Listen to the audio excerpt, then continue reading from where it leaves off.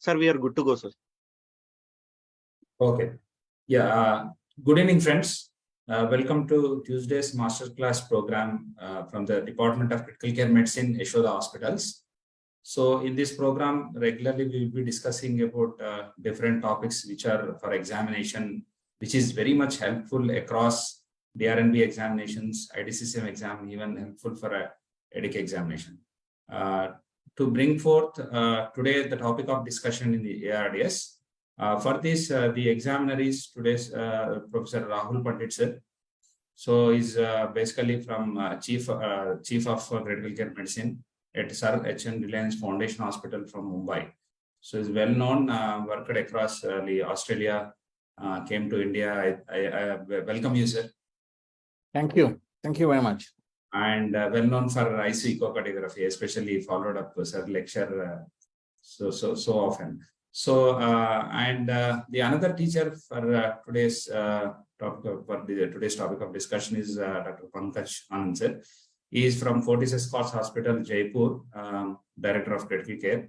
Probably he may join a bit late because of some unavoidable personal issue. So for this topic, the lecture, the PPT is being prepared by Dr. Deepika and Sarika. Is a case which is there being managed in their ICU. And from Yashoda Hospitals, Secunderabad, both are IDCCM students. So I think you both may proceed presenting the PPT. Deepika.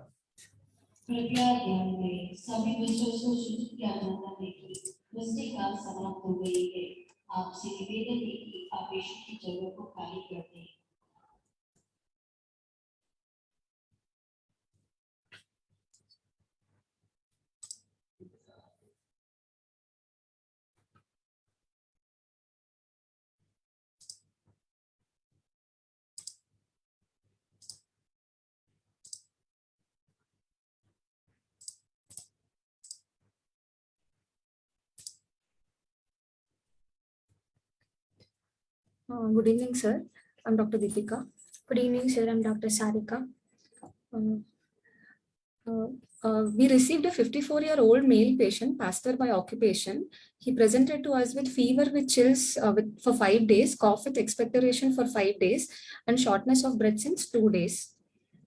The fever was there since 5 days, which was insidious in onset, high grade, intermittent, which was associated with chills, subsided with the medications, and not associated with any headache or burning maturation. Cough was there since 5 days, insidious in onset, gradually progressive, cough was associated with expectoration, whitish in color, mucoid, non-foul smelling, non-blood tinged, and not associated with chest pain. No diurnal or postural variation was seen. Shortness of breath was for 2 days, which was insidious in onset, gradually progressed from grade 1 to grade 3 of Modified Medical Research Council grading, and was not associated with wheeze. There was no history of orthopnea, PND, no chest pain or palpitations were noted. With the above complaints, patient went to outside hospital and was admitted there for 1 day, and he was evaluated. This was the chest X-ray that was taken in the outside hospital, which is showing bilateral opacities. Bilateral opacities are seen. And there he was diagnosed as lower respiratory tract infection, and he was treated conservatively with antibiotics, fluids, and other supportive treatment. After 1 day of admission, he was shifted here for further management. Past history, there was no similar complaints in the past and no comorbidities. Personal history is not significant. Sorry, family history is not significant. Personal history, he consumes mixed diet, complaining of reduced appetite last few days. History of disturbed sleep due to cough, regular bowel and bladder habits he has. He's a non-smoker and non-alcoholic. On presentation to the emergency room, patient was tachypneic, tachycardic, heart rate was 110 beats per minute, blood pressure of 140 by 80 millimeters of mercury, respiratory rate was 28 breaths per minute, and saturation was 84% at room air and 90% with the non-rebreathing mask with 10 liters of oxygen, and GRPS on arrival was 335 mg per deciliter. On auscultation, bilateral air entry was equal, and bilateral creps were present mostly in the basal areas, that is infraclavicular and infrascapular areas. So Dr. Deepika, Yes, sir. what does What goes through your mind when you see that initial presentation in the emergency room? What are you thinking? Sir, he presented with history of fever, cough, and SOB. We can think of either respiratory or cardiac cause, sir. But to rule out cardiac, we have a history suggesting he doesn't have history of paroxysmal nocturnal dyspnea or orthopnea. Those symptoms are not there. So more of respiratory system we can think of, sir. Okay. Any other things which were described in the emergency? Was he reviewed by any one of you, or it was the emergency team which reviewed the patient first? Emergency team reviewed, sir. Okay. Was there any nasal flaring? Was there any use of accessory muscles? He is tachypneic and tachycardic. Yes, sir. Anything else which was sort of suggestive that this is looking more respiratory? Yes, sir. When he came to ICU, we noticed that use of accessory muscles was there, nasal flaring was there, intercostal retractions were there. So, go ahead. Yes, sir. This was the ABC done with 10 liters on NRBM mask in the emergency room. pH was 7.44, PCO2 of 28, PO2 of 63, bicarb of 21.2, lactates were 1.27, and PF ratio was 105. And routine investigations like complete blood count, renal function test, liver function test, and electrolytes were sent. HRCT chest was done, and blood cultures were sent, and he was started on empirical antibiotics. After all this, patient was shifted to ICU with NRBM mask. Treatment that we initiated was we started him on cefoperazone sulbactam 1.5 gram twice daily, injection doxycycline 100 mg twice daily, and oseltamivir 75 mg twice daily, and low molecular weight heparin 40 mg subcutaneous once daily was initiated. And since GRBS was 330 on arrival, we started him on insulin infusion. Okay. So with the looking at the arterial blood gas, how do you interpret that blood gas? Can you tell me? Sir, it is on the respiratory alkalosis, sir. pH is around 7.44, sir. More towards the alkalosis side. And the primary cause is PCO2 is of around 28, sir, which Correct. is the lower side. So the respiratory alkalosis being compensated by the bicarb 21.2 metabolic acidosis, sir. And he's having a hypoxemia, sir, 63 of PO2, sir. Okay. Based on this ABG, would you be able to classify this patient as ARDS or no? No, sir. We require at least 5 centimeters of So you PEEP. require at least some PEEP there. Yes, Some sir. PEEP. Good. All right. Let's go to your next slide, please. Tell me the reason to choose these antibiotics. This is a community-acquired problem. Yes, sir. Yes, sir. Why was cefoperazone sulbactam chosen? And what would cefoperazone sulbactam cover for you? And then, of course, doxycycline is quite okay, but you can still comment on that.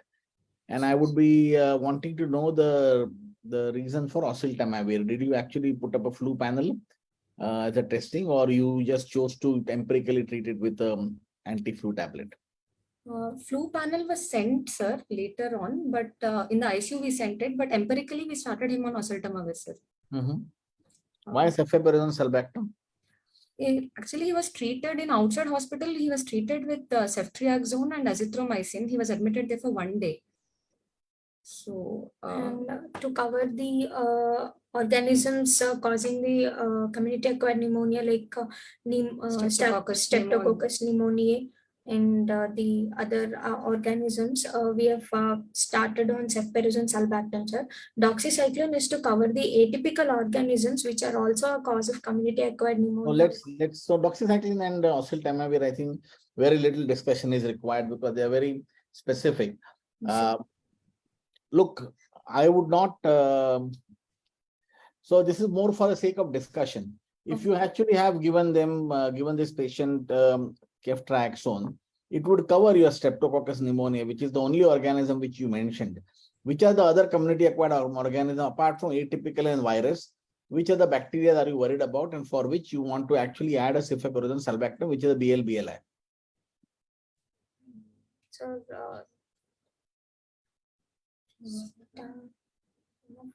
The other organisms causing community-acquired pneumonia, apart from virus and atypical, are like Haemophilus influenza. And we can think of Pseudomonas also, sir, because he was admitted outside and he had symptoms last 5 days. He took treatment from a RMP doctor also.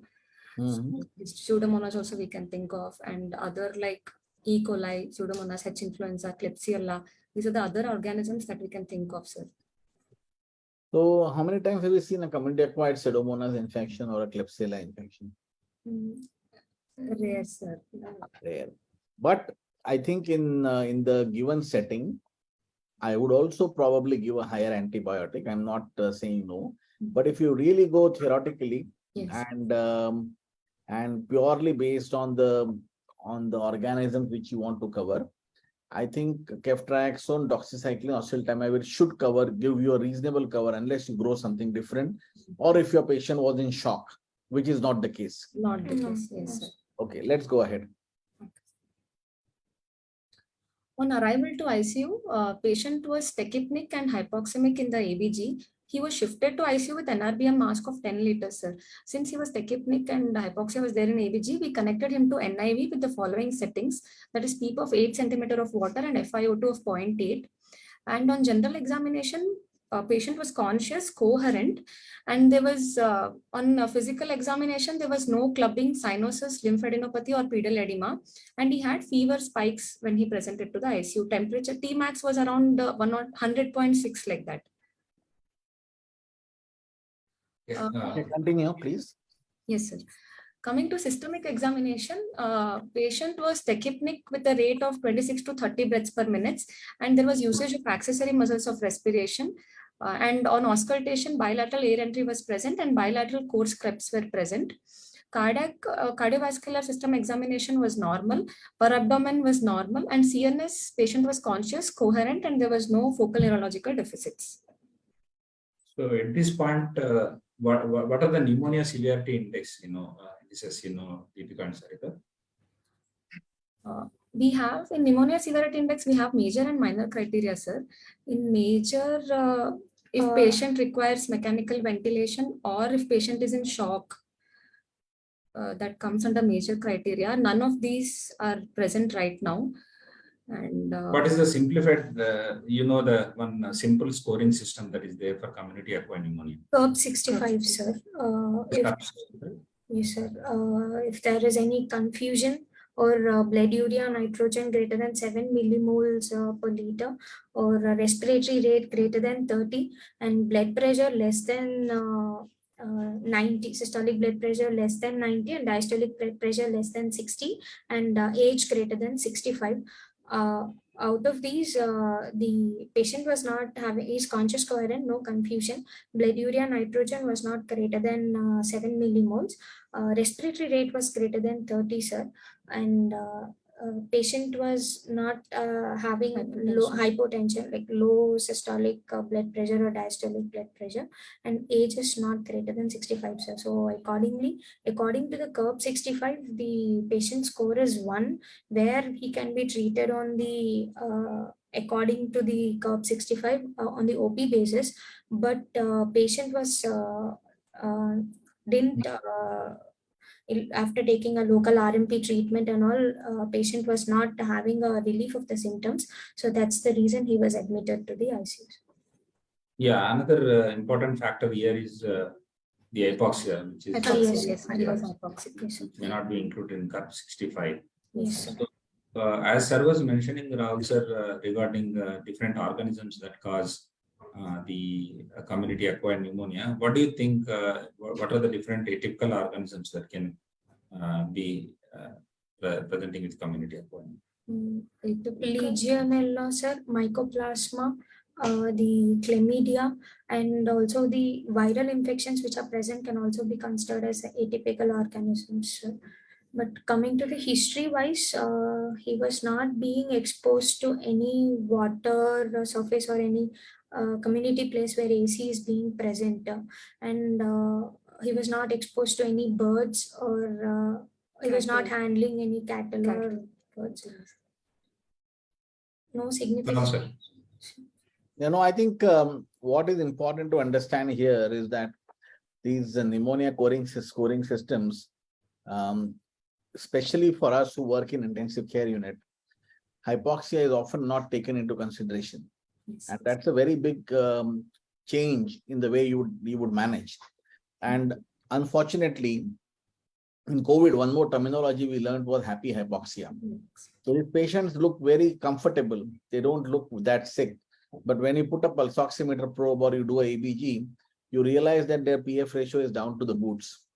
And obviously, the amount of tachycardia or tachypnea does not reflect the amount of hypoxia. So there is a atypical presentation of these patients, and we are seeing more and more of these in the last 3 or 4 years.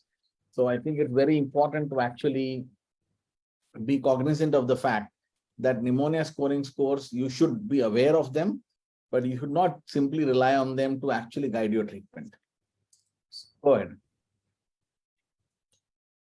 These are the initial lab values. Hemoglobin of 15.5 gram per deciliter. Total count was 5,400 cells per cubic mm. Platelet count was 1.7 lakhs. And serum creatinine was 1.1 mg per deciliter. Serum sodium was 144 and potassium was 4.3. Liver function test was within normal limit, and procalcitonin was sent, which was 0.726. And 2D echo examination, 2D echo was done for him. There was no regional wall motion abnormalities, no right atrial or ventricular dilatation, no pulmonary hypertension or left ventricular RV dysfunction was noted. And since when on arrival his sugars were 335, we evaluated him for diabetes. HbA1c was sent and it was 10.4. So based on this slide, what does it tell you now? What are the risk factors this guy has? So one, like his HbA1c was on the higher side. Uncontrolled diabetes. Uncontrolled diabetes. That's a very important risk factor again. Very often, we don't put up a lot of attention to the HbA1c or the sugar. It is almost as equivalent that these patients are now going towards almost like a immunocompromised status if their hemoglobin, if their HbA1c remains very, very high for several days or several months to go. Though we don't treat them like a immunocompromised patient, but we need to keep in mind that it may not be a straightforward bacteria, which normally a community acquired person might get, but you may have a atypical bacteria here, or you may have a atypical organism like a fungi or a virus infection as well. Go ahead, please. This was the ABG that was repeated after 2 hours on initiating non-invasive ventilation. FiO2 that was used was 0.8, PEEP of 8, and PF was 60. So based on this was the HRCT that we got done here, which is showing bilateral patchy consolidation that is seen in the HRCT. And since patient was not responding to the NIV, patient was in impending respiratory failure, he was intubated and put on mechanical ventilation with the following settings. The mode that was selected was volume assist control mode, FiO2 of 1, tidal volume of 380 ml, PEEP of 14, respiratory rate of 22 was selected, and IE ratio of 1:2 was selected. So Dr. Deepika and Dr. Sarika, I think you've done you sort of went through a very important piece of information quite coolly because you did the right thing. But a lot of people, I mean really a lot of people, have got some form of hesitation in intubating patients, even they are blatantly hypoxic. So what you've done is absolutely the right thing. You've given a trial of non-invasive ventilation. You've reassessed the patient in a couple of hours. And before the patient comes into a situation of crash and burn, you have decided to go ahead and initiate invasive mechanical ventilation, which is the right approach. Most of the papers do not talk about this simply. We know that if you delay the ventilation for a longer time, there is a poor outcome in pneumonia. Yes. We know that. However, there is no paper which tells you what is the right time to intubate the patient. So the right time to intubate the patient depends on the person who is at the bedside, and you two were at the bedside. And you've taken the right decision of actually having a NIV trial. You chose to wait for 2 hours, and that's fine. As long as you are at the bedside and choosing to monitor the patient carefully, 2 hours is fine. Sometimes it may be 1 hour, sometimes it may be 3 hours. But what's important is to come back and objectively reassess and take up the call for intubation. Now, I would like you to describe why did you choose these ventilatory settings and what mode of volume assist mode. Okay, fine. Volume assist mode. Yeah. The ventilatory settings were based on the predicted body weight of the patient, sir. Initially, we kept an FiO2 of 100 so that we wanted to reassess after some time based on the saturation and ABG, we wanted to come down on the FiO2. Tidal volume was set according to his predicted body weight, which came to 61 kgs. And PEEP we kept on the higher side, and slowly we wanted to come down again, assessing after some time. Rate, since CO2 was already on the lower side around 28, 30 like that when we put on NIV, we prefer to choose slightly lower respiratory rate, sir. Okay. And the I ratio of 1:2. Okay. Why I ratio 1:2? That's fine. So what were the parameters that you were actually, the safety margins that you were looking at when you were setting up these ventilatory settings, or have you got them in the next slides coming up? So PEEP, we were looking at the PEEP plateaus, sir. Less than 30 was our target, which we were seeing, sir. And the driving pressures of less than 15. Driving pressure is less than 15. Okay. So what is the driving pressure? Driving pressure is, we can calculate it by plateau pressure minus PEEP, sir.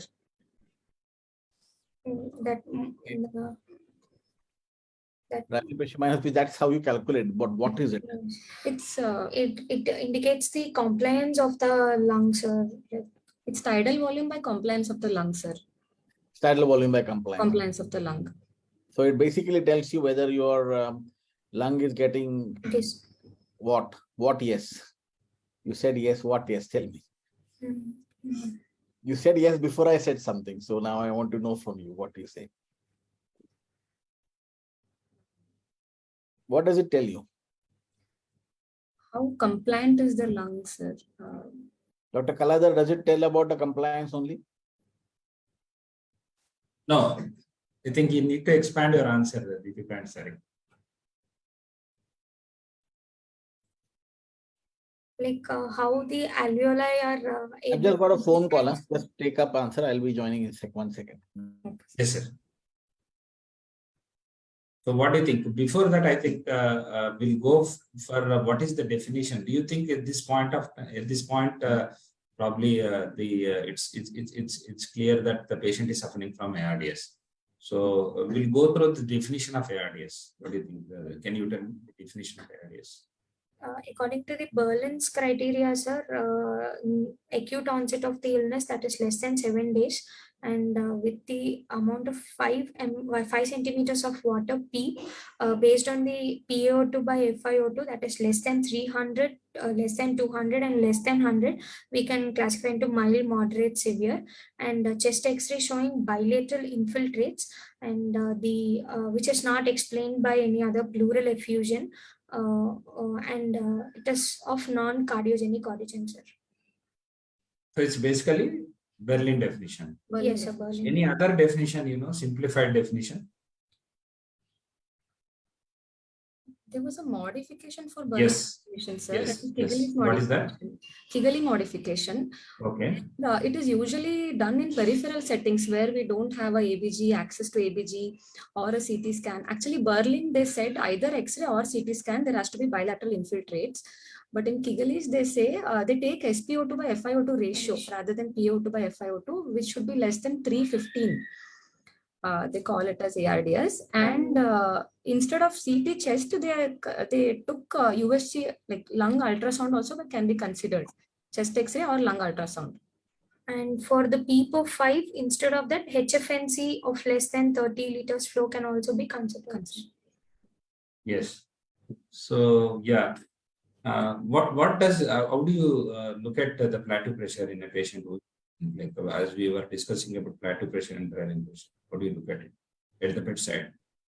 Inspiratory hold, so that's the pressure at the end. Inspiration for about 2 to 3 seconds, we'll get to know the idea of PEEP plateaus. So you'll be putting inspiratory hold, and after that, whatever it is depicted, on the ventilator, the P-plateau will be depicted and you will be targeting it less than 30. Yes. Suppose in this case, the patient plateau pressure has gone up to 34 as you checked with this ventilator, with these ventilator settings. What do you do about it? Sir, if P-plats are more than 30, we can come down on the tidal volume by 1 ml per kg, sir, until we achieve a P-plat of 30. So here, his predicted body weight was around 60.5, like that. So we could have set 360 tidal volume, 6 ml per kg. But since it is 380, 1 ml per kg, we can come down, sir, slowly. Okay. And so what were your plateau pressures in this patient? Initially, it was 24, sir. I mean, after the settings, when we saw it was 24. So what is the evidence for low tidal volume ventilation? ARDS was a landmark trial which said that low tidal volume ventilation is. What is that study? ARMA trial, sir. ARDS. Yes, ARMA trial. So how did they do? What are the two arms of ARMA trial? They divided two groups, sir. One group was ventilated with low tidal volume of around 6 ml per kg, and the other group was ventilated with 10 to 12 ml per kg of tidal volume. And the primary endpoint was mortality, sir. So they say they noted that there was a mortality benefit with patients who were ventilated with low tidal volume. Yes. So come to the driving pressure concept. So simply, as you said, the driving pressure is P plateau minus P at the bedside. That's what you look at. So what is driving pressure, as you told tidal volume, like by compliance? So it basically indicates what? Static lung compliance, mostly. Okay. So how do you interpret, like what are the studies that say, why do you have to target driving pressure? What is the pathophysiology of ARDS exactly? So the pathophysiology of ARDS is like there is a destruction of the type 1 pneumocytes and the alveolar endothelium, the capillary endothelium, where there will be exudative phase, proliferative phase, and fibrotic phase seen in the ARDS pathophysiology. There will be alveoli filled with the exudates. Okay. So it's basically diffuse alveolar damage. Yes. So leading to heterogeneous consolidations and collapse across the lung regions, yes, which is generally the functional lung volume will come down, where it is sometimes termed as baby lung. Yes. So the functional lung volume is less as compared to non-functional, where it is diseased and having a diffuse alveolar damage. Yes. So you will be ventilating that baby lung. So wherein if your driving pressure is high, generally they compare the driving pressures across high driving pressures, low driving pressures. The non-survivors have high driving pressures. So, Rahul sir. Yeah, no, I think they sort of answered, but they did not expand the answer properly. It sort of reflects your like what Dr. Kaladhar said, static compliance. So it has got an inverse relationship with static compliance. Okay, so it gives you a, what should I say, what's the word there? The global strain on the lungs is reflected better with a plateau pressure. When Amatos et al. Published their data in 2015, they sort of found that when people were looking at the parameters which mattered with mortality, it wasn't really the PEEP or the plateau pressure, but it was the driving pressure, which was the most sensitive one. Your driving pressure greater than 15 seemed to be associated with higher mortality. And that's how the whole concept of keeping that global strain within the 15 range is what came up as a ventilatory strategy, where we changed our gear from a lung protective mechanism to a lung protective mechanism plus trying to keep the global strain as minimum as possible. So that's what the driving pressure is about. Okay. Good. Post intubation, these were the vitals: heart rate of 120 beats per minute, saturation of 98% with 1 FiO2, BP of 130 by 80 millimeters of mercury, and the respiratory panel and COVID RT-PCR was sent. After putting him on mechanical ventilation, ABG was repeated after 6 hours. In the meanwhile, since his saturation was 98%, we came down on the FiO2, sir, from 100 to 60 we made. This ABG is with 60% FiO2, PEEP of 12, and tidal volume of 380. PF ratios were 138 after 6 hours. So what do you do now? Sir, with FiO2 of 60% and PEEP of 12, PF is still less than 150. Okay. So we have to consider, we considered proning in this patient, sir. What's that 150 number? Where is that 150 coming up from? You're right. Yeah. Ratio of 150 is important to look at. What was that? Where did that come from? So from the PROSEVA trials. PROSEVA trial looked at 150 as a PF ratio to consider proning these patients. Okay, I think you've got it on the next slide. You can go on the next slide and we can talk about it. Yes. In view of the above ABG, prone ventilation was planned for this patient, and invasive lines like central venous catheter and arterial line were secured. And patient was prone. The first session proning was done for 16 hours. During that time, patient was sedated and paralyzed, and all the pressure points were secured. Throughout the proning, that is for 16 hours, there was no hemodynamic instability noted, and RT feeds were started at 30 ml per hour. Meanwhile, we got a respiratory panel also, which showed influenza A to be positive. Let's wait, and there are so many questions on this one slide. Sorry. So, what are the benefits of proning? How does proning work? And what did PROSEVA trial show you? The benefits of proning are one is the stress and strain of the lungs, basically in the supine position that will be removed. Like in proning, the stress distribution will be equal in all the lung fields. And second thing is any heart and major great vessels also give a pressure on the lung. So that pressure will be removed. And there will be equal distribution of ventilation and perfusion, sir, in the prone position. Whereas in supine, the upper part, zone 1 will be more ventilated and the lower zones will be more perfused. So that mismatch will be decreased. More of ventilation perfusion match will be there in proning.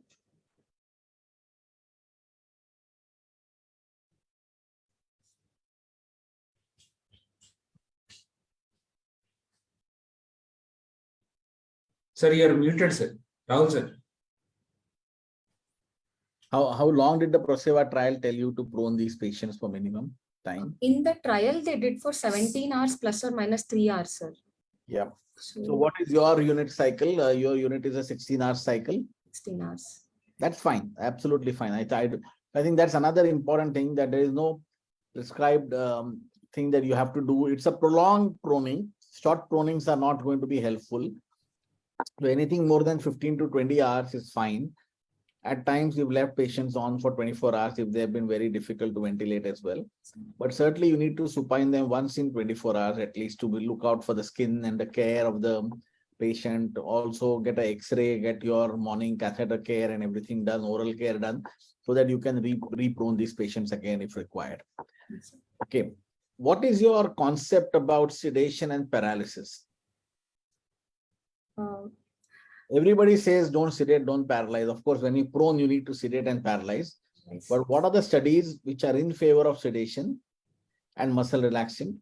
And what are the studies which basically tell you to be very cautious about muscle relaxing, especially?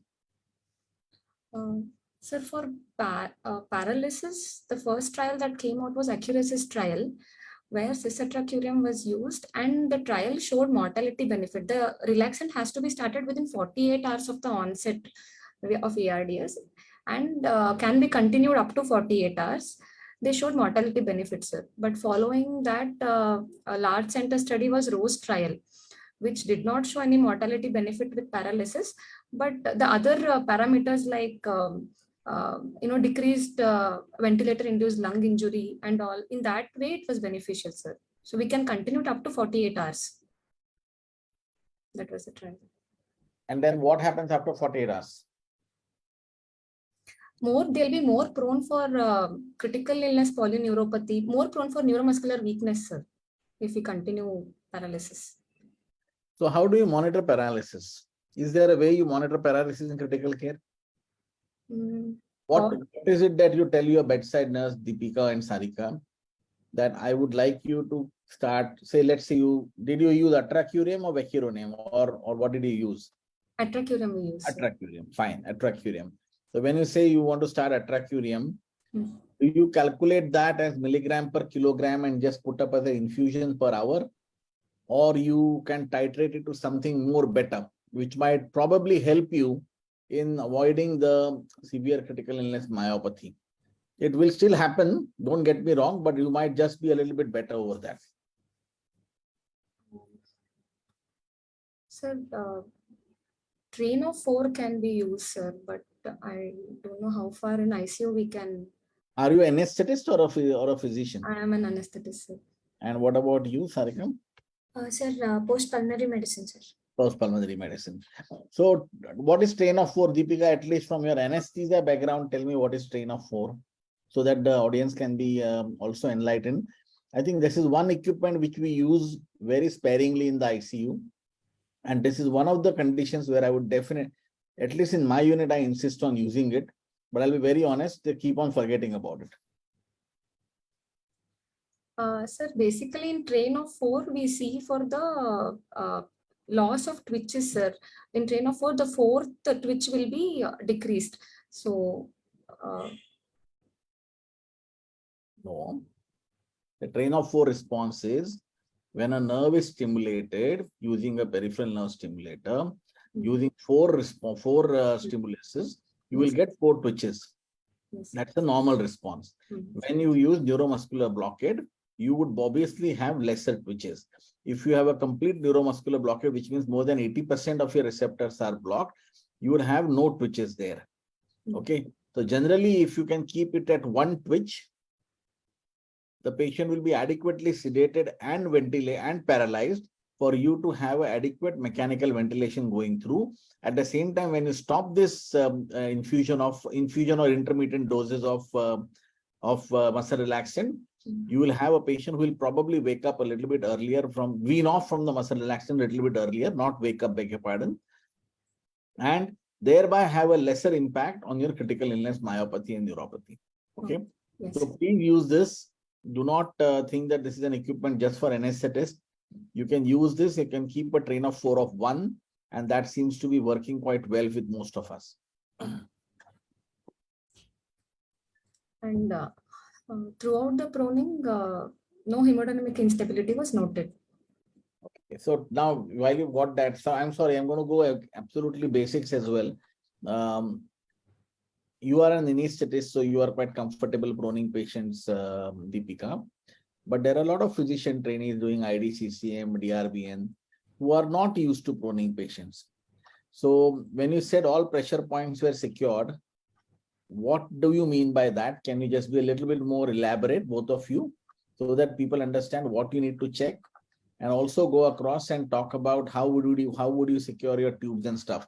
I know a lot of people in ICU might think this is a basic question, thinking that while with COVID, everybody was proning everybody. It need not be an anesthetist or anything, but let's just go through a proper process of how do you prone patients.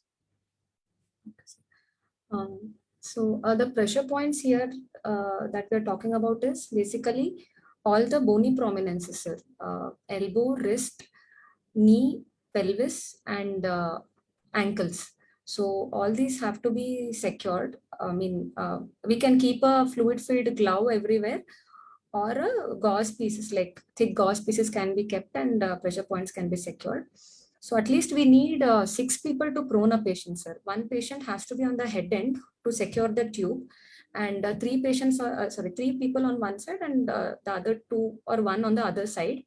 Patient has to be, after securing the tube and all those things, we can take the patient to one side of the bed, and the 3 persons together can roll over the patient to the opposite side, And we have to also make sure that abdomen is free. So a pillow can be kept at chest and pelvis, so that a single, hand can be passed through the below the abdomen and in between the cord, so that the respiration is not hampered. And after this, the neck is kept to on either right or left side, and we have to make sure that neck position is changed every second hourly. And we also have to give a good cover to the face, eyes, and nose and all. Here in our hospital, we usually cover the face, entire face with a gamgee roll. Sure. And this is covered. That's fine. And usually your arms can be either in the swimmer's position or they can both be resting up. Both. Yes. Okay, fine. Next slide. You can continue. Are there any, just one question, sir. Yeah. Any contraindications of prone ventilation? Hemodynamic instability, sir, if the patient is on high vasopressor supports. Okay. And any recent abdominal surgeries, This, Okay. the only absolute contraindication for proning is spinal cord instability, sir. Very good. If Okay. it's suspecting in that patient. And Yes. like she said, the others are all relative. And what about the patients who are having increased ICP? Yes, Yeah, that is one of the also absolute absolute contraindications. contraindication. All others are relative contraindications. Yeah, most of the times if it is severe shock requiring double vasopressor, very high stiff vasopressor support, probably not prone thinking in lines of problem, sudden cardiac arrest and all. But Yes. definitely in some patients, also sometimes you may consider because it's a relative contraindication. Yeah, you can go ahead. Yeah. Yes. This is the image of respiratory panel, which is showing influenza A to be positive. So it's basically you sent endotracheal aspirate cultures or yeah. Cultures were actually sent, yes sir, after tubing cultures were sent, and we also sent film array panels, or upper respiratory tract panel. Okay. So this is upper respiratory tract panel. Yes, sir. Yeah. Okay. Yes. And the ABC was repeated after 6 hours of proning with the FiO2 of 0.6. And the mode that was still we preferred was volume assist control mode, PEEP of 12, tidal volume of 380 ml, FiO2 of 60%, and PF was 183.3. Is there any difference between volume control mode and pressure control? No, sir. We can select any mode according to the ARDS-NET trial, but we selected volume control mode, sir. Can you tell the different pros and cons of each ventilator, like volume control versus pressure control? Yes. In volume controlled mode, there will be a set tidal volume that will. This is basically volume assist control mode, sir. So every time the patient triggers a breath, the ventilator supports the breath. So in the volume assist control mode, tidal volume will be fixed. To achieve that given tidal volume, the pressure keeps varying, sir. So this is in volume assist control. In pressure assist control, we set a defined peak inspiratory pressure, and to achieve that pressure, the volume keeps varying. The disadvantage of pressure control is basically there are chances that there might be hypoventilation and inadequate oxygenation. Whereas in volume control, the disadvantage is high chances of barotrauma will be there with volume control, sir. So yeah. But otherwise mortality difference is not much. No, sir, there is no mortality difference. No mortality benefit with any mode. Rahul sir, yeah. I also agree there is no mortality benefit proven with any mode. I think you should use the mode you are most comfortable with. Yes. That's the bottom line. So if you've been taught to use volume control, you should know everything about how to troubleshoot volume control when you are not able to ventilate. Most people just shuffle between modes thinking that one is better over the other. That's not the case. You can actually ventilate easily with any of the modes. I have a preference for a pressure control mode, but if somebody in my unit has started volume control, just for the heck of it, I don't go and change over to pressure control. So I'm quite comfortable with that.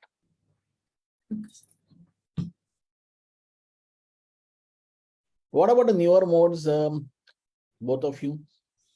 PRVC, bi-level ventilation, volume control, pressure control, to theek hai. What about the newer modes? Any fancier modes that you want to use? We have tried PRVC here, sir. So basically, it combats the disadvantages of both the volume control and pressure control. So in PRVC, what happens is there is a feedback mechanism. There is a microprocessor in the ventilator. With every breath, it assesses the delivered tidal volume so that the risk of barotrauma will be less. So basically, we set a given tidal volume is set in the ventilator, and the pressure keeps changing to achieve that tidal volume, sir. Correct. So it sort of changes the pressure to achieve that. What about low bi-level ventilation? Have you seen the bi-level ventilation mode? High peep, low peep, low peep pressure ventilation. No, sir. APRV, just theoretically I know, but we have not used, sir. But that requires spontaneous breath of the patients. Correct. That's right. Yeah. Okay. Go ahead. This was the ABG after 10 hours of proning, where there was improvement with the PF ratio. So we continued proning for him. And after 16 hours of proning, patient was supined. And this is first ABG is after 2 hours of supination, where the PF ratio with same FiO2 and PEEP in prone is less, around 149.5. So because of the above ABG, we went ahead with the second cycle of proning, sir. Okay. Every time in the prone ventilation, there were with the same settings, there was improvement in PF ratios. So in supine, it is 153 after second cycle, whereas in prone in third cycle, it is 298. And in supine after third cycle, it was again 154, whereas in prone, it is 238. So, and supine in fourth was 136 PF and fifth was 270. So because of he was responding to prone position, we continued for 5 cycles of proning, sir. And this ABG is after fifth cycle of proning in supine. This ABG showed improvement in PF ratio with the PEEP of 10 and FiO2 of 50. PF was 197. So with respect to this ABG, we stopped proning here, sir. So why not continue it? You're still having a PF ratio of less than 200. What made you stop here? And I'm not critical. I think it's all right to stop. I just want to know your thought process. So we can stop proning if PF is more than 150 with a FiO2 of 0.6 and PEEP of 10, sir.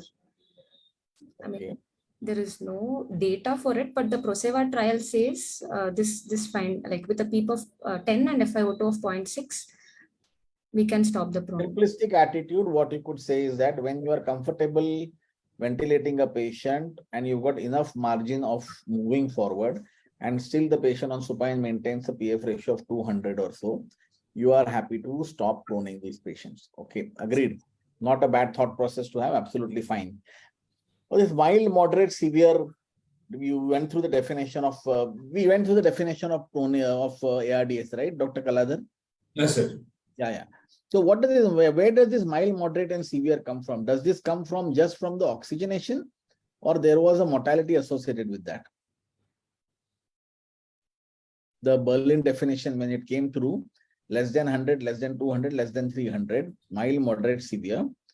Was there a mortality, increase in the mortality with the severity of hypoxia, or there was no increase in mortality with the severity of hypoxia?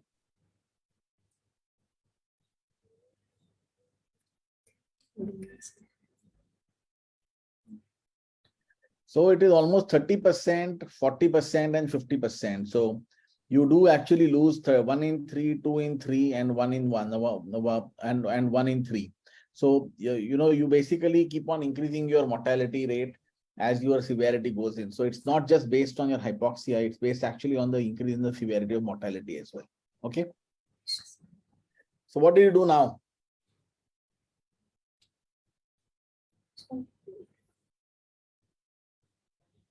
So after the fifth cycle, ABG was repeated and was showing improvement in PF ratio. So we stopped proning here and we continued the treatment with the antibiotics, low molecular weight heparin and other symptomatic management. And in the later course, patient was having good PF ratios in supine position. Chest X-ray was showing resolution and infiltrates, and the patient was extubated. This is a chest X-ray, sir, which shows improvement in the infiltrates. This was on the last day, just before extubation. Okay. Then you extubated the patient? Yes, Yes. sir. Mhm. Extubated the patient. From day 7 to day 10, patient was still observed in the ICU post extubation. After extubation, patient noted to have tachypnea, that is around 30 respiratory rate, requiring FiO2 of 0.6 and maintaining saturation of 90%, sir. Because of the above vitals, we initiated NIV to him, and we repeated a CT scan, and which showed a resolution of the bilateral opacities compared to previous scan, but there was still posterior segment consolidation was present. So for 2 days, we continued the patient on intermittent NIV. And after day 2, there was improvement in the PF ratios, and work of breathing came down. So we switched him to face mask of 5 liters. And after 10 days of ICU stay, he was shifted out of ICU with minimal oxygen support of 2 liters, like that. Okay. Have you got any other slides, or this is the end of your presentation? Nothing, sir. This is almost okay. So I've got a few questions for you. Right at the beginning, when you intubated this patient, or maybe on day 1 of your ventilation, let's take a day 1 of your ventilation. You set up a PEEP of 14, right? That was the PEEP which you set up. Yes, sir. How do you set a PEEP? What is an optimum PEEP? What are the different ways in which you can set up a PEEP? Can you tell us? Yes, sir. One most commonly that used is we can use the pressure volume loop, sir, to select the optimal PEEP. So based on that, The most common is that you just go to the ARDS-net trial and you look at the PEEP. That's the most common. Okay, so most people do that way because it's hard work otherwise to look at the pressure volume curves and what. Okay, let's not take the thunder out of what you're saying. So why don't you say what you would set it up as, and then we'll talk about it. Sir, looking at the pressure volume loops, we can gradually increase the PEEP, sir, and at one particular, and meanwhile we have to keep looking for compliance also. So as the PEEP is increased, the compliance of the lung also increases, but at one point of time, the compliance decreases. That indicates there is over distension of the alveoli, and so at this point of time, we can whatever PEEP we have set at that time where the compliance decreases, we can keep around like 2 to 3 centimeters lower than that. In the loop, if we take upper inflection point in the deflation curve, that is where we can set the optimal PEEP. So that is how we can select. What else? Initially, lower inflection point is the point where it was thought that just above that the alveoli will start opening up. Yeah, opening up. And in the inspiratory limb, in the inflection limb, upper inflection point was the point where the maximum alveoli would have been opened. Beyond this, there is over distension of the alveoli. So initially, they used to set a PEEP of around 2 to 3 centimeters above the lower inflection point. But the recent evidence is that we have to keep it, the PEEP around 2 to 3 centimeters lower than the upper inflection point in the deflation limb. Yes, good. So I'm happy that you could actually tell me both the scenarios quite well. Now tell me about, let's say this patient was very hard to ventilate, despite you choosing the PEEP couple of centimeters below the upper inflection point and setting it up as optimally as we can, which was 14. Let's say it was 14. What are the recruitment maneuvers apart from prone? I firmly believe prone is the best recruitment maneuver. So don't get me wrong. But if you are not able to prone this patient, for example, look, I today have a patient in my unit who is 195 kilos. Even if I want to, I can't prone him today. His abdomen bulges out almost 2 to 3 times above his chest circumference. And if I try to prone him, it is going to be a Herculean task to actually keep his abdomen free from getting compressed. So I might have a very difficult time proning this guy. So if you had a difficult time proning this gentleman, which you just looked after, what would be the ways to recruit lungs for a better oxygenation? Recruitment maneuvers, we have, there are various methods with which we can recruit lungs, sir. So one method is we can, prior going for recruitment maneuver, we have to get a CT scan done to rule out any blebs or bullae are there. I want to hear how do you do it. I don't. Okay, I appreciate you are saying about the safety margins, that you want to rule out anything which will actually cause a barotrauma to the patient. I appreciate that. Let's assume it has been done and it is safe to go and do a recruitment maneuver. How would you do it? You just explain me the procedure, that's all. One method is we can keep the patient in a CPAP mode, sir. Pressure support ventilation mode, and keep a pressure support to 0 and increase the PEEP to around 40 centimeters of water for 10 seconds, 7 to 10 seconds. And then we can stop it, sir. Then we have to, during that time, we have to see if there is any improvement in the saturation levels and all. 40 centimeters for 10 seconds, 40 centimeters or more. How is it? Dr. Kaladhar, do you do it for 10, teach them for 10 seconds? No, sir. I think it's more extended period. I should be doing it. 10 seconds may not be enough to look at whether it's recruiting and all. 40 for 40 seconds is what you normally do and then bring it down. Okay. That's the standard way of doing it. Okay, any other way? Any other maneuver which you can do? One is side techniques, sir. Side techniques we can do. Okay. And one more is incremental PEEP. Yes. So how do you do that incremental PEEP? We have to increase from a baseline PEEP of around, if we have kept around 15 centimeter of water, we have to increase the PEEP by 5 centimeter of water, sir. And look for the compliance again.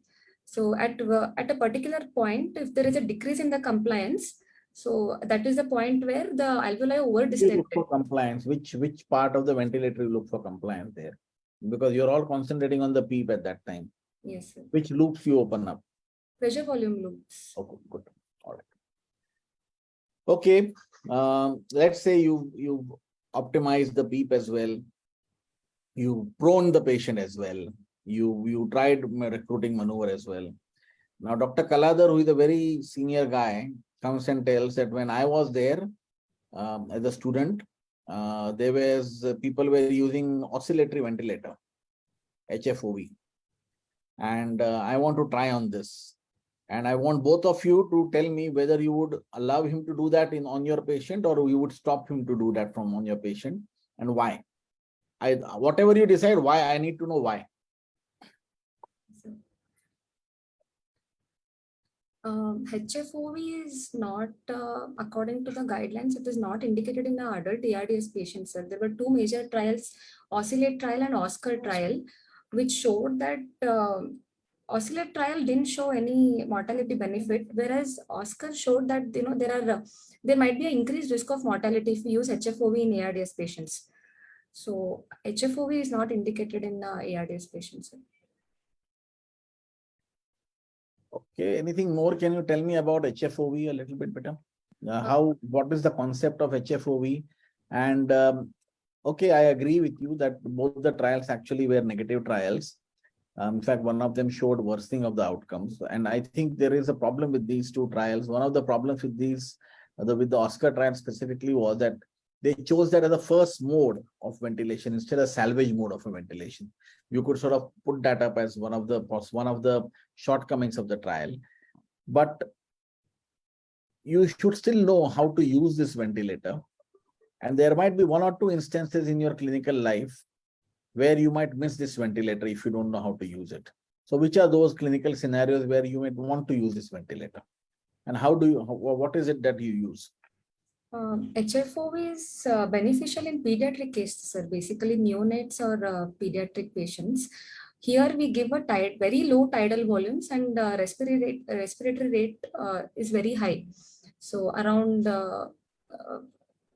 300 to 400 breaths per minute respiratory rate we give, and tidal volume, which is less than the anatomical dead space, that is around 150 ml. So here basically we are targeting mean airway pressure is kept constant. What you do is you actually look at your mean airway pressure. Mean airway pressure. You set up your bias flow. So you increase your bias flow. Bias flow can be around 30-40 liters of bias flow. And then your mean airway pressure on your ventilator, you start putting up your pressure on the HFOV around 5 centimeters above that. Okay. And you keep your oscillations between 70 to 100 depending on your CO2. And the hertz which is there, which actually tells you the frequency of your breath rate, which is the hertz at which the diaphragm is oscillating.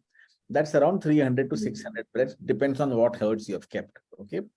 And that's how you set up your ventilator. And then obviously what it does, it delivers very short breaths, 3 to 5 ml of breaths at a very, very rapid breath rate of 300 to 400, where it slowly expands your lung. Obviously, the whole concept of ARDS is based on less strain on the lungs, correct? Yes. And this ventilator functionally does this, but unfortunately, it's not able to show an improvement into the mortality. In fact, it showed it otherwise. The only clinical scenario I would like to use this ventilator, if I had one ventilator, was if I had a very difficult bronchopleural fistula to control. That's the one patient I would use this ventilator on. Okay. But nowadays, with so many interventional pulmonology techniques available, I think the use of this ventilator on bronchopleural fistula is also going down, because we are able to put a blocker on the bronchus and block off one lung. We are able to do single lung ventilation. So I think the pleasure of actually ventilating a BPF and seeing it disappear when you put up a patient on FHFOV is gone now. I don't think your generation would see that unless the pendulum swings back again and somebody says that HFOV is the ventilator to go and use it again. All right. Now, last couple of questions I have before I hand it over to Dr. Kaladhar. Let us say on day 3 or day 2 of proning, second cycle or third cycle of proning, you are still struggling with the PF ratio, crossing 150 or 200, even on prone. What's going to be a next strategy for this patient? Or even on day 1, say you proned him for 10 hours and you find that it's not working. What's your next strategy for this patient? So we can plan for an ECMO strategy, sir. What is ECMO? And which ECMO would you use for this patient? Extracorporeal membrane oxygenation with VV ECMO, sir. I would prefer VV ECMO for this patient, sir. Tell me a little bit more about it. Have you used ECMO? Do you do ECMO regularly? Yes, sir. You should, isn't it? Yeah, I'm sure most big hospitals now are ECMO compliant. It's not a therapy which is limited to 1 or 2 hospitals in a city. Most hospitals do it. And I believe you are a transplant center as well. So I'm sure you would be doing ECMOs quite regularly. But not everybody on this webinar. I think there are almost 100 odd people on this webinar. Can you just explain ECMO for them, VV ECMO for them? And what would be your criteria for ECMO? What are the trials which have shown ECMO benefit? And when would you want to put this patient on ECMO and not delay it too further, or not jump the gun even before proning? So I want to sort of have a plan. What is your plan in your unit towards ECMO for respiratory failure? Sir, in patients where the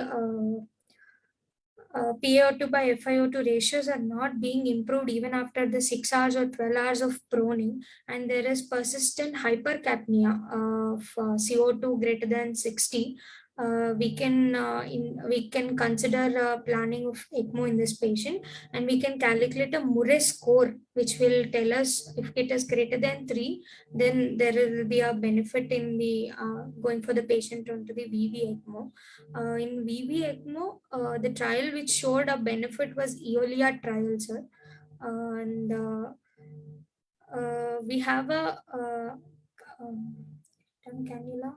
We have the parts of that VV ECMO, like we have an access cannula, the oxygenator, and the return cannula, where the access we can take it as an jugular and femoral or femoral axis we can take with the. I just want two answers on that. Sir.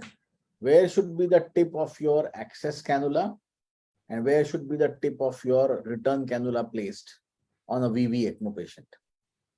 Sir, at the return cannula, it is at the right atrial sir, and the access cannula, it is at the junction of SVC and the opening of the right atrium, sir. And the distance should be between of them should be around 10 to 12 centimeters. Let's get this conceptually right, okay? Sure. You are accessing blood. Your access cannula is accessing blood from your body, taking it through a circuit. Circuit consists of your oxygenator and your pump, and then pushes it back into your right side of the heart only. Okay, correct? It's a VV ECMO. So your return cannula should be as close to the heart as possible. Preferably, if you're using IJ, then it will be at the IJV junction. Okay. If it's a femoral ECMO, then it should be at the IVC and RA junction. Okay. Your access cannula should be at least 10 to 15 centimeters away, which would lie in the IVC, not as close to the heart, but around 15 to 20 centimeters away from the heart, so that there is no mixing of the blood, one. And at the same time, the access cannula is away from the heart and it's got enough the circulatory volume to actually circulate through this. Okay. Whereas VA ECMO, it is exactly the same. VA ECMO, you want to give as less blood to the heart as possible for pumping. So you put the cannula as close to the heart as possible for accessing the blood, so that you can drain all the preload. Maximum amount of preload can be drained out and then return back into the arterial circulation. Okay. So VV and VA, that is the most important thing. Oxygenation remains the main part. How does the CO2 clearance happen on ECMO? Sir, Oxygenator does it? With the free gas flow, which fresh gas flow or the free gas flow which we use does it. Okay. One more concept I'm going to talk about, and I don't know whether you use it or not. We do use it in our unit. Unfortunately, there are only case reports for that. There is no randomized control trial. But I correlate that from our PROSEVA trial. What did PROSEVA trial show? PROSEVA trial showed that when I proned my patients, the healing was better and the mortality was less. Correct? That's what you interpret the mortality as, that the mortality was less. Whereas in ECMO, you do the same thing by giving the lungs a rest.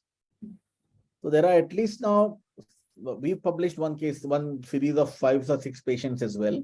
And there are now a number of case reports where you're proning on ECMO quite regularly. So you put the patient on ECMO and still continue with your proning cycles. And perhaps that might have a better improvement. We don't have evidence for that, but physiologically it seems to be a reasonable thing to do, provided your hemodynamics and your ECMO flows don't get compromised. Okay, so we are doing it now increasingly in our unit. If we do have a patient who is very difficult to ventilate and we decide to go on ECMO, and obviously we never go on ECMO unless we have given them at least one proning cycle to see whether they respond to proning or not. And if they respond to proning, we don't sort of go for ECMO. But if not, then we would actually go across and prone these patients on ECMO as well. Once we put them on ECMO, we prone them on ECMO as well. So as I said, there is no randomized control trial to actually support this, but physiologically, it looks like a very plausible thing to do. Dr. Kaladhar, off to you. Sure. Some more questions, sir, basically. So, Deepika, what is the role of corticosteroids in ARDS?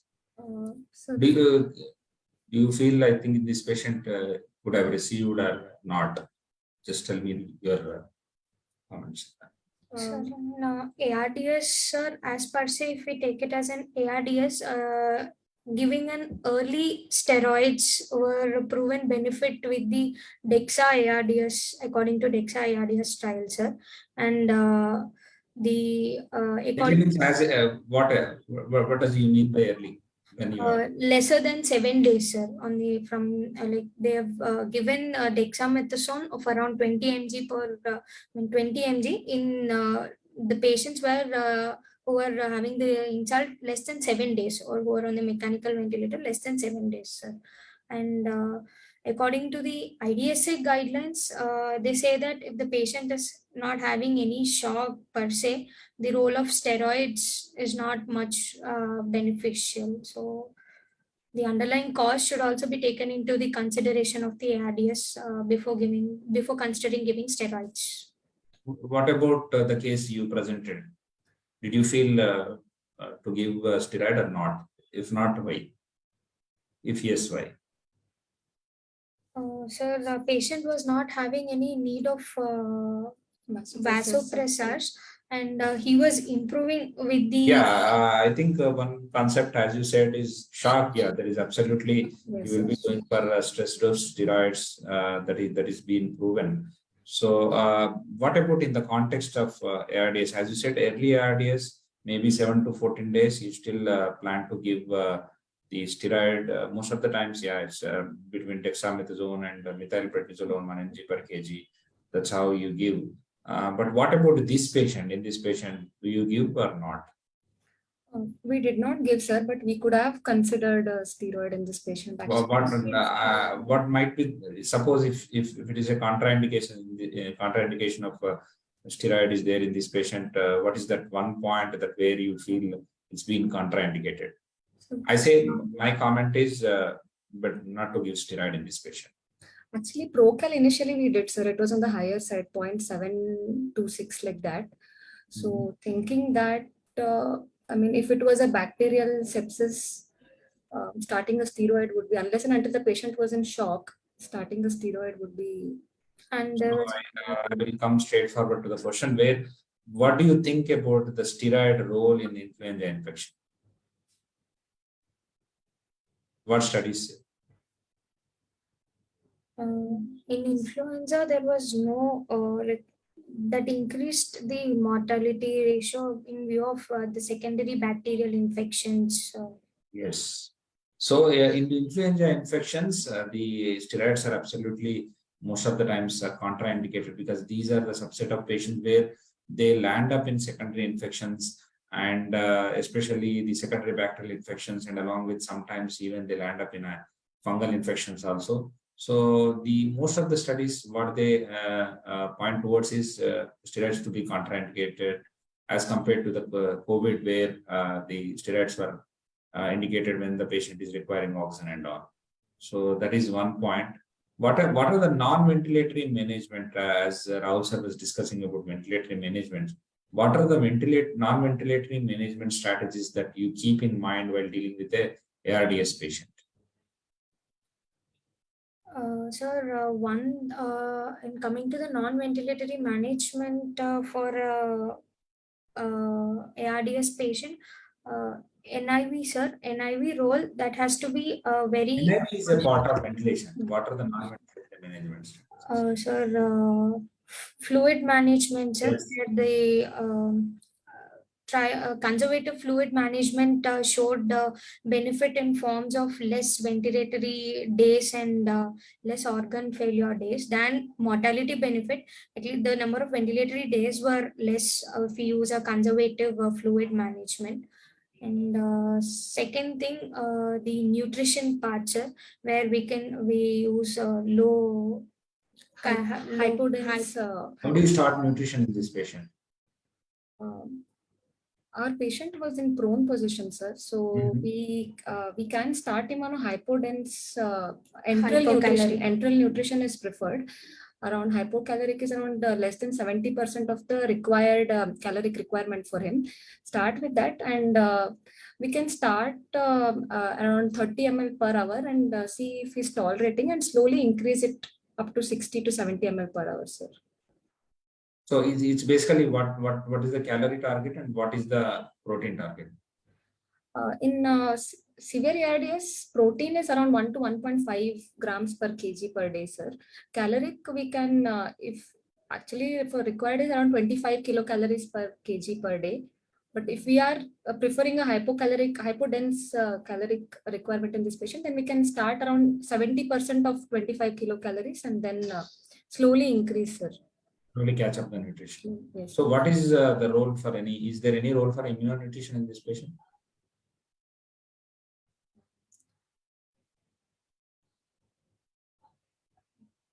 Is there any role?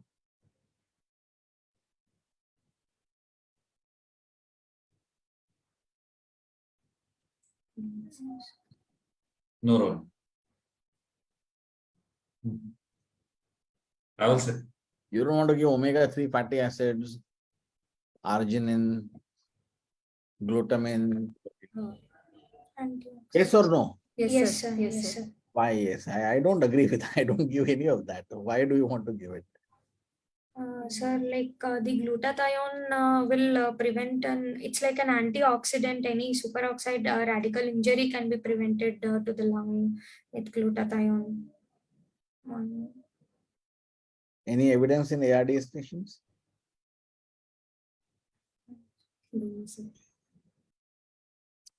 All of them carry a very dismal evidence, unfortunately. While theoretically they may sound quite attractive, unfortunately, none of them have actually shown. In fact, high doses of some of them have shown to be harmful for the patients.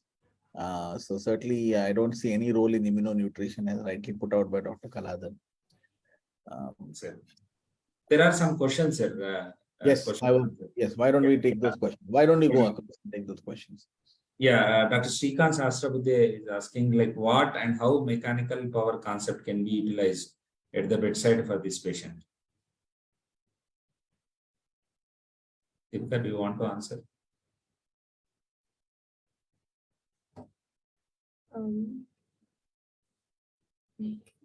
It's basically stress and strain on the lungs, sir. It's not only tidal volume that causes a strain on the lung, but respiratory rate also is taken into account here. So we have to be careful with the respiratory rate also. Any comments, sir? Rahul, sir? So it's basically applied airway pressure into the minute ventilation. So it basically takes up all the things in concept. And the mechanical power is a very good way of assessing your weaning capability, your strain on your breathing muscles, whether you would actually have a reasonable weaning process or not. I have very little use of it on a day-to-day basis, but it's increasingly becoming something which people want to know, that how would your weaning process be. I think if you do your basics right, your mechanical power will be actually pretty good concept to even try out, but it would probably not be as important as a driving pressure, which is the way we are now ventilating the patients quite differently, as it would do with just mechanical power to actually look whether the patient is ready to wean or not. So that's my take on it. Yes, sir. Yeah. So there's another question, sir. Is doing tracheostomy recommended if we are proning any difficulty with tracheostomy? Okay, so I think doing tracheostomy is not something which is recommended initially on day 1 or day 2. I always feel that tracheostomy, while there are a set of physicians who believe that decreasing the dead space would actually improve the ventilation, which is not true with the modern ventilators. The modern ventilators take a reasonable amount of cognizance of those problems. And in fact, when you do a tracheostomy, you do recruit patients and you actually cause a lot of hypoxia and hypotension sometimes with the procedure itself by giving sedation, changing of the tube and stuff. That's one problem. The second problem is when you're proning, I would much rather not prone with a fresh tracheostomy, because if it falls out, then I'm in trouble. I would probably prone with a tube in the place, which is giving me an adequate ventilation. The disadvantage of that is that sometimes the tube can be filled up with lots of secretions. So good suction, a good bedside nurse, a good use of HME filter would actually take care of those problems for me. I do a tracheostomy usually when I am on my weaning trial, or when I have decided that now I have stopped the proning trials at least. That's when I would do a tracheostomy. My usual recipe for a safe tracheostomy is what Dr. Deepika said. When the PEEP is 10, FiO2 is 60%, I am happy to do a tracheostomy.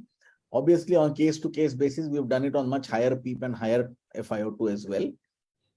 But I am most happy when the FiO2 is 60%. or less, and the PEEP is 10 or less to do a safe tracheostomy, wean the patient off. Yes, sir. Yes.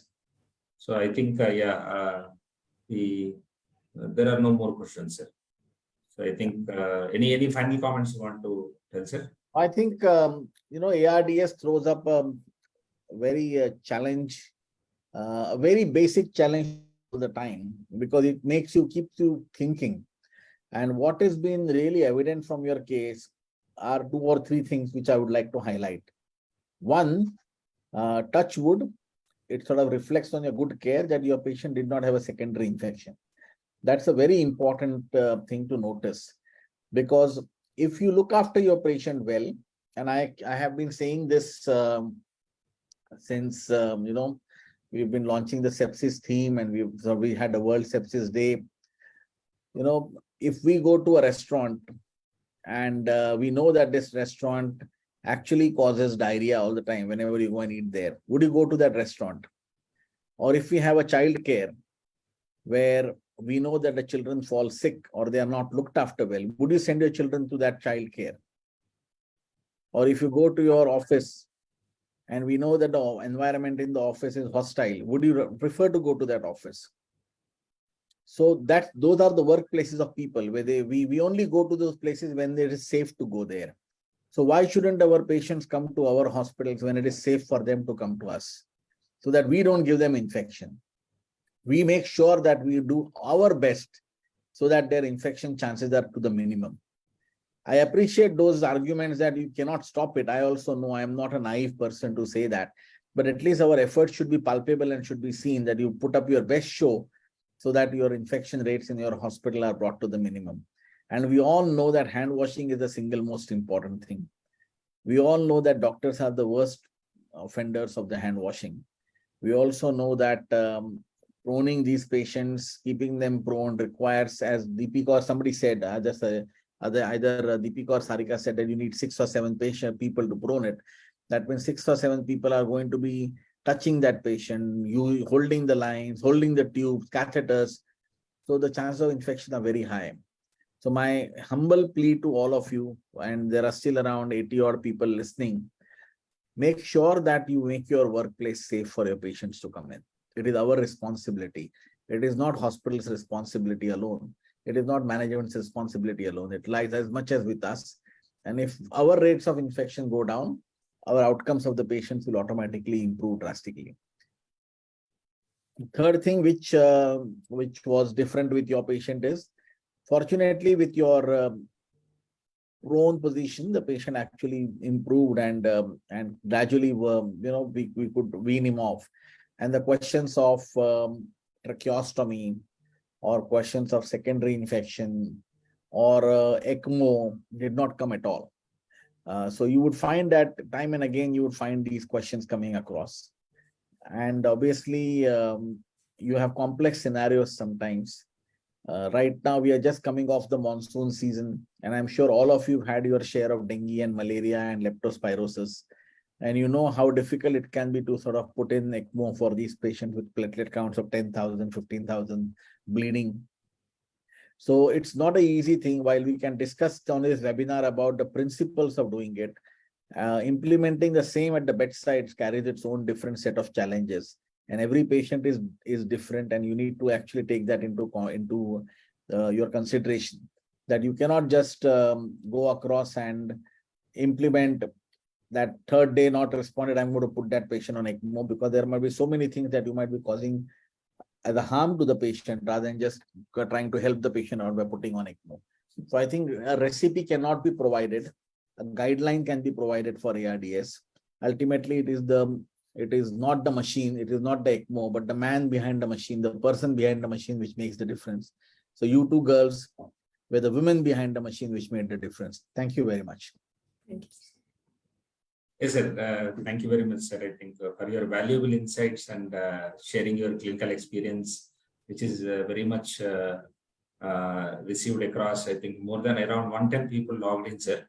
And we are very much delighted and glad to have you on this platform, being a senior person. So, thank you, Dr. Sarika and Dr. Deepika, for bringing out such a good case for good discussion happened across. So with this, I thank Yashoda Hospitals and Hyderabad IDCCM chapter for supporting us to bring out these sessions, which are very much helpful across different students. Thank you very much. Thank you, Thank sir. you. Thank you for inviting me, and do thank my dear friend Venkat for sort of having this. And it was a bit delight to listen to all of you, Deepika and Sarika, and Dr. Kaladhar, as usual. Thank you very Yes, sir. much. Thank you, sir. Thank you. Thank you, very sir. much. Good night. Thank you. Bye-bye. Good night.